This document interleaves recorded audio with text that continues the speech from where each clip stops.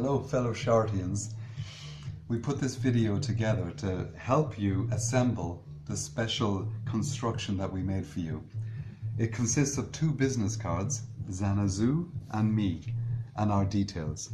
So you see they're in this shape, and what we must do first is they are pre-cut along these 5 pentagonal lines.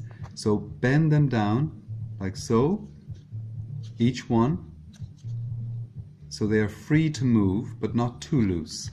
And the same on the other side, like so.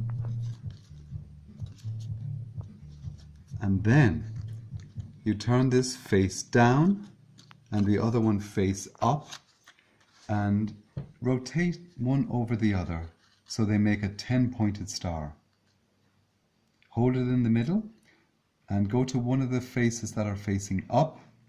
You place the rubber band over here and you weave it through every second star. 1, 2, 3, 4, and the last one, 5. Place it on the ground and let it rise up. You might need a little gentle bit of persuasion and you get the dodecahedron.